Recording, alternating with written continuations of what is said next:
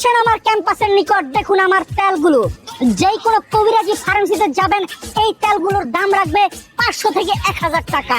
শুধুমাত্র কোম্পানির প্রচারের জন্য, জনস্বার্থে আমি আপনাদের কাছ থেকে রাখবো মাত্র 50 টাকা, 50 টাকা, 50 টাকা।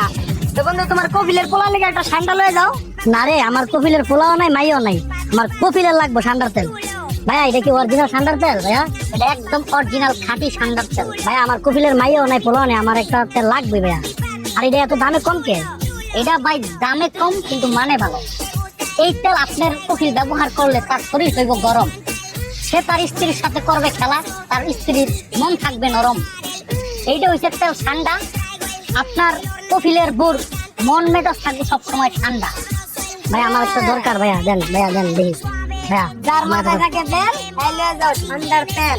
লোন ভাই লোন দিয়ে দাও। ভাইয়া টাকা।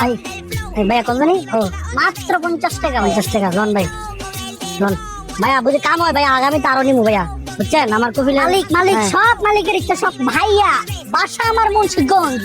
মুন্সিগঞ্জ আছে অনেক ঝোপ, সেইখানে পাওয়া যায় ঠান্ডা। এটা হইছে তেল ঠান্ডা, মাথায় দিলে মাথা থাকবে ঠান্ডা। কোন মাথা বুঝতে তো পারতেনি ভাইয়া।